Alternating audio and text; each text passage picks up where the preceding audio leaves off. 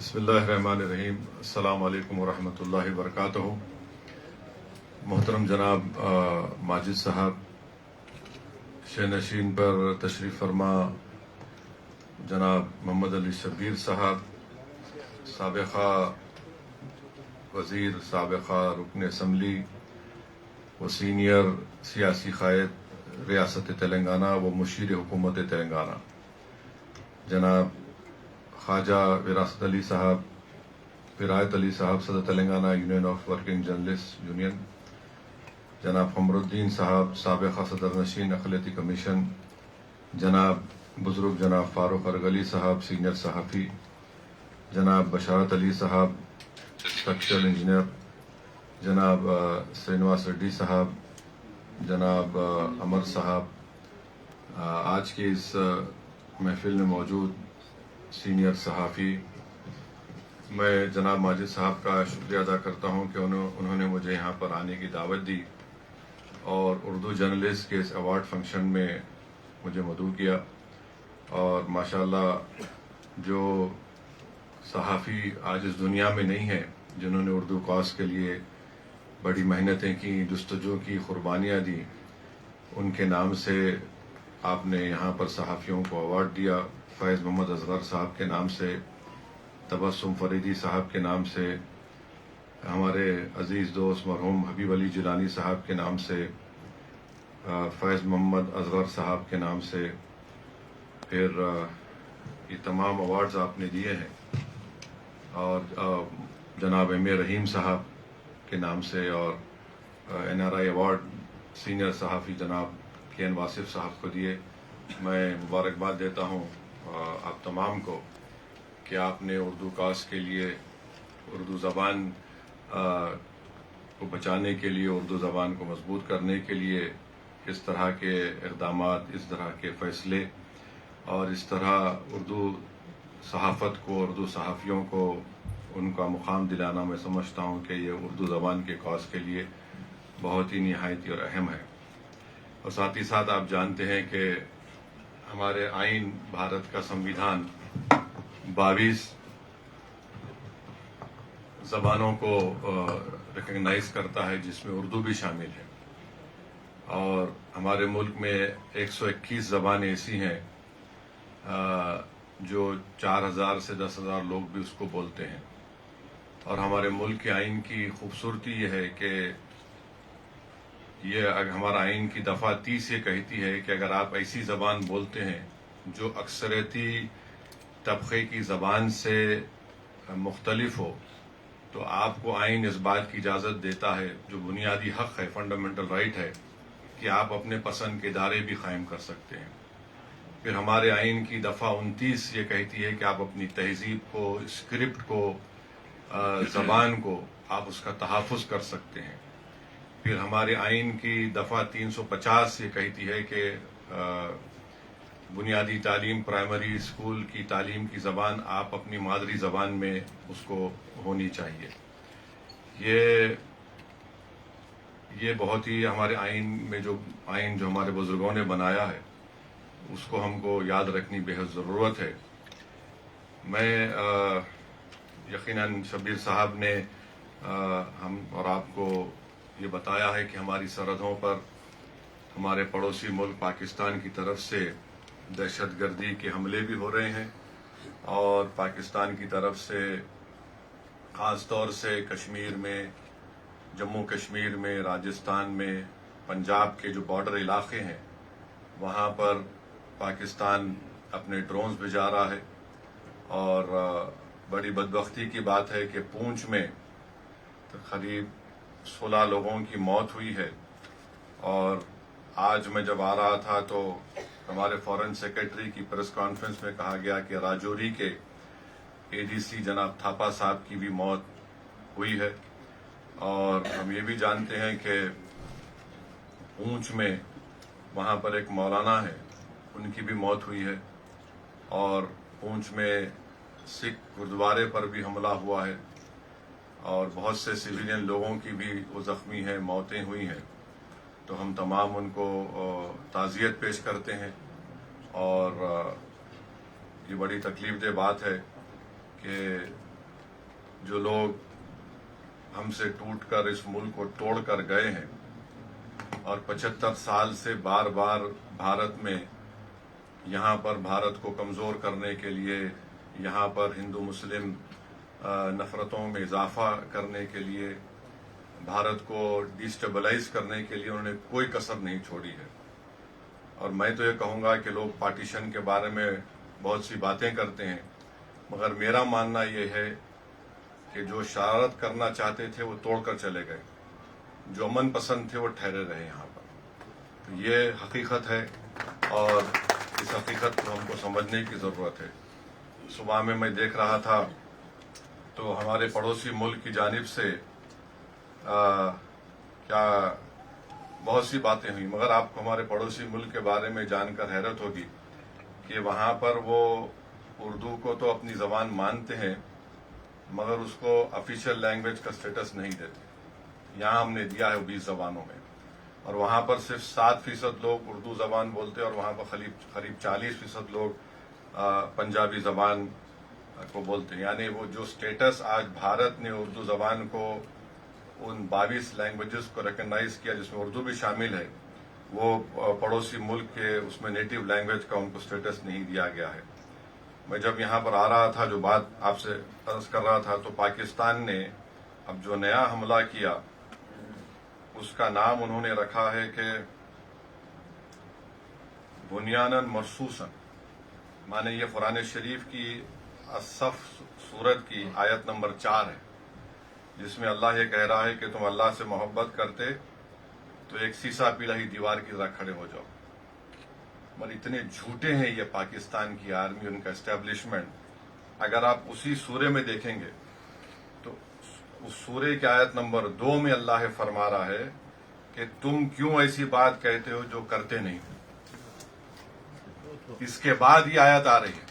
تو اتنے جھوٹے ہیں کہ قرآن کو بھی، آیات کو بھی اس کا پورا مقصد حاصل نہیں کرنا چاہتے۔ اور یہ نہیں بول رہے کہ قرآن میں اللہ فرمایا کہ یا ایھا الذین آمنوا لما تقولون ما لا تفعلون، کہ تم کیوں ایسی بات کہتے ہو جو کرتے نہیں ہو، اور پھر آپ چلے گئے سیسا پلائی ہوئی دیوار کیا کہ بنیاناً مرصوصاً۔ تو کیا ہمارے پڑوسی ملک جب ایسٹ پاکستان میں بنگالی مسلمانوں پر آپ گولیاں چلا رہے تھے تو کیا آپ سیسا پلائی ہوئی دیوار بھول گئے تھے؟ اس زمانے میں ان کے جو بہت بڑے لیڈر تھے بھٹو نے بنگالی مسلمانوں کو سور کہا تھا، اور پھر ان کے بہت بڑے خداور قائد نے کہا تھا کہ جو بھارت میں مسلمان ہیں وہ ملچاز ہیں، مانے بالکل ایک نچلی ذات کے ہیں۔ افسوس ہوتا ہے کہ ان کو قرآن کو بھی کوٹ کرنے میں غلط مسئلہ بنا کر پہلے جو آیا تھا اس کو نہیں بول رہے۔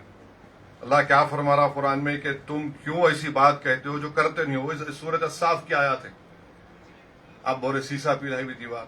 تو ہم اپنے، اور پھر بار بار یہ لوگ بول رہے کہ اسلام کی جنگ ہو رہی ہے بھارت سے۔ کون سا اسلام ہے تمہارا بتاؤ؟ 20 کروڑ مسلمان بھارت میں رہتے ہیں، اور حنفی فقہ کا پوری دنیا کا سب سے مشہور عالم دین مولانا خالد سیف اللہ رحمانی حیدرآباد میں رہتے ہیں، سب سے بڑا عالم ہے، فقیہ الاثر کہتے ہیں ان کو۔ آپ کہتے اسلام کی بات کرتے ہیں، پھر آپ نے ایرانین آؤٹ پوسٹ پہ گولیاں چلائی تو وہاں سیسا پلائی ہوئی دیوار بھول گئے۔ بلوچیوں پر آپ قتل کرتے ہیں، سیسا پلائی ہوئی دیوار بھول گئے آپ۔ افغانستان میں آپ یقین نہیں کریں گے، جب 9/11 کے بعد یہی حکومت تھی، یہی اسٹیبلشمنٹ تھا جو معصوم لوگوں کو، جو ڈاکٹرز تھے، انجینئرز تھے، سرجنز تھے، صرف $15,000 کے عوض میں ان کو امریکنوں کو بیچ دیا۔ $15,000 اس میں کتابیں لکھی میں آپ پڑھ سکتے۔ اور افسوس اس بات کا ہے کہ قرآن کی آیات تو بول دیے، کیا یہ حرمت کے مہینے نہیں ہیں؟ اس حرمت کے مہینے میں تو حملہ ہو ہی نہیں سکتا نا۔ چلیے آپ بولتے آپ اسلام پہ ہے، ذیقات کا مہینہ، ذی الحجہ کا مہینہ، محرم کا مہینہ، تو یہ تو حرمت کے مہینے آپ حملہ کر ہی نہیں سکتے۔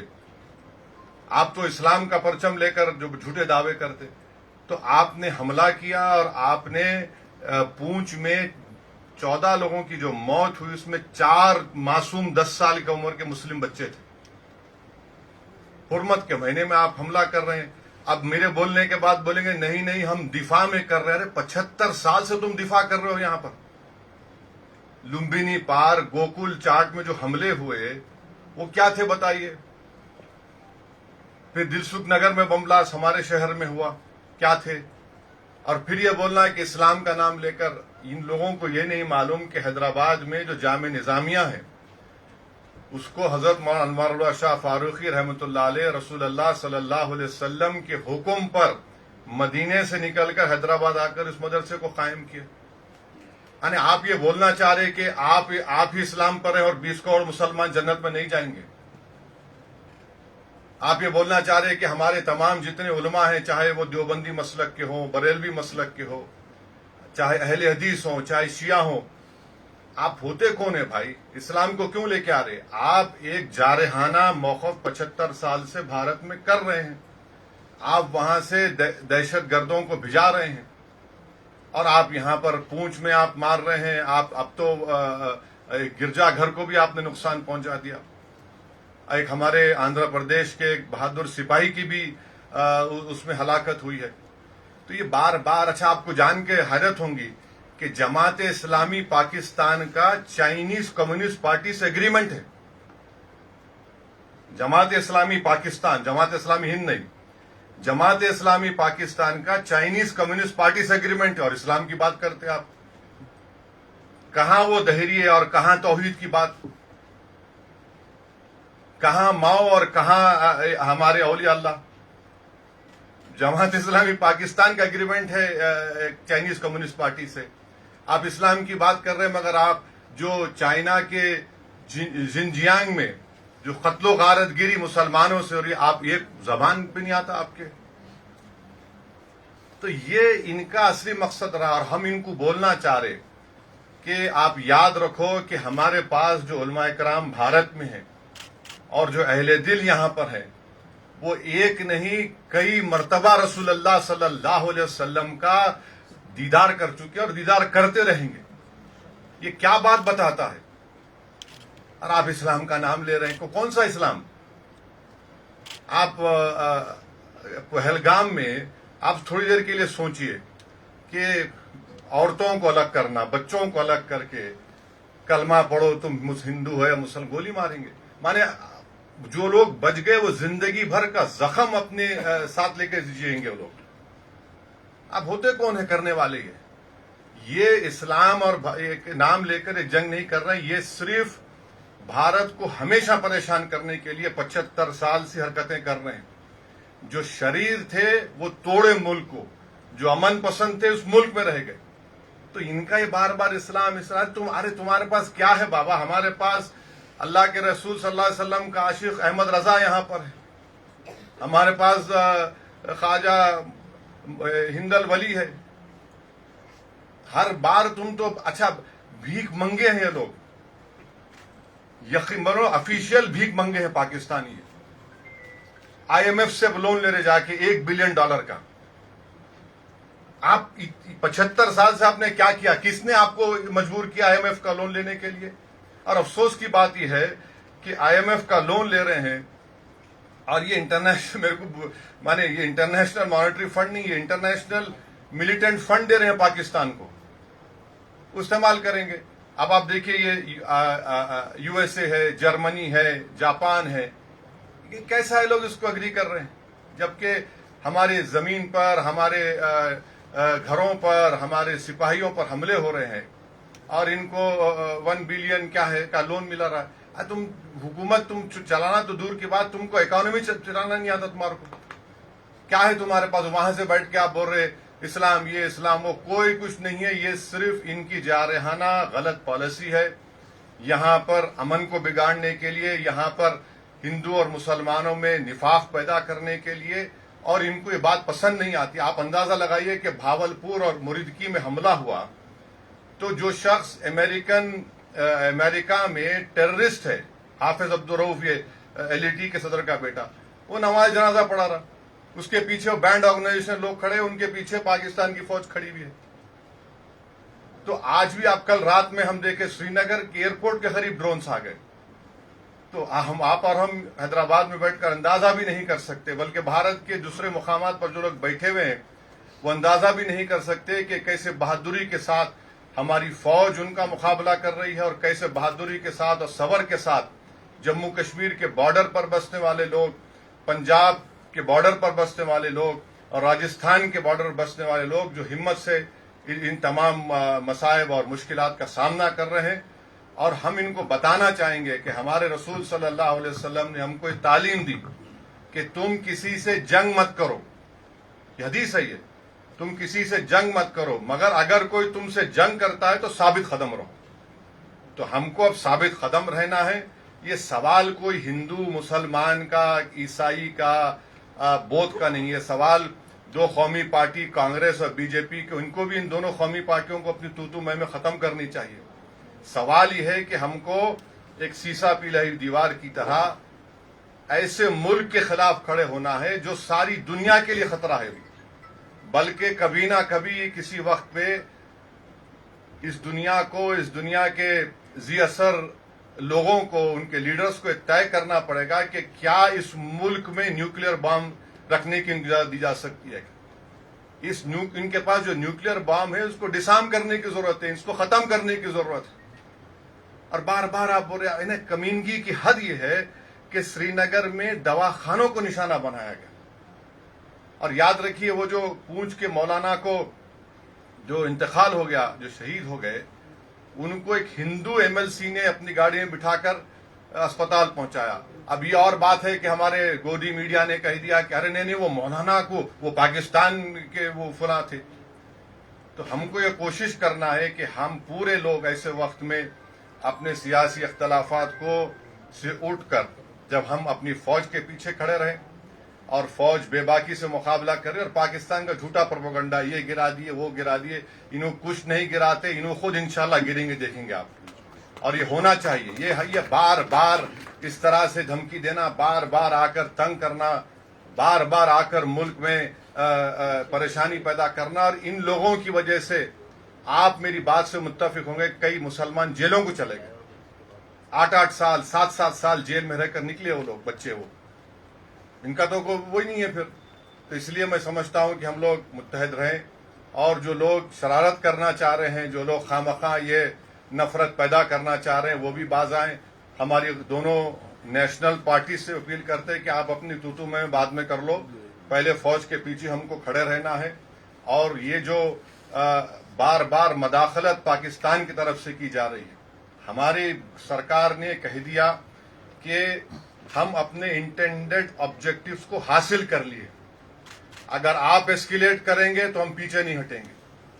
اگر پاکستان ڈی ایسکیلیشن کرے گا تو وہ وہی رہے گا. اگر پاکستان ایسکیلیٹ کرے گا تو کوئی بھی ملک خاموش نہیں بیٹھے گا.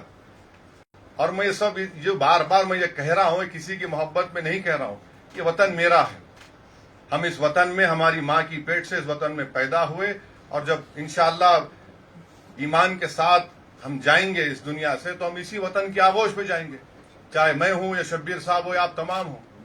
تو یہ پروپیگنڈا جھوٹا ہے پاکستان کا. اسلام کا نام لے رہے ہیں. ارے تم مبارک مہینے میں کیسا تم کہتے اسلام کا نام لے کے تم بچوں کو مار دیے. تمہاری 2 نیشن تھیوری کو ہم نے پہلے ریجیکٹ کر دیا تھا. تو میں تمام سے آپ سے اپیل کر رہا ہوں آپ کے ذریعے سے، کیونکہ صحافیوں کے درمیان میں بولنے کا فائدہ یہ ہے کہ انفارمیشن جلدی سے دوسروں تک پہنچ سکتی ہے.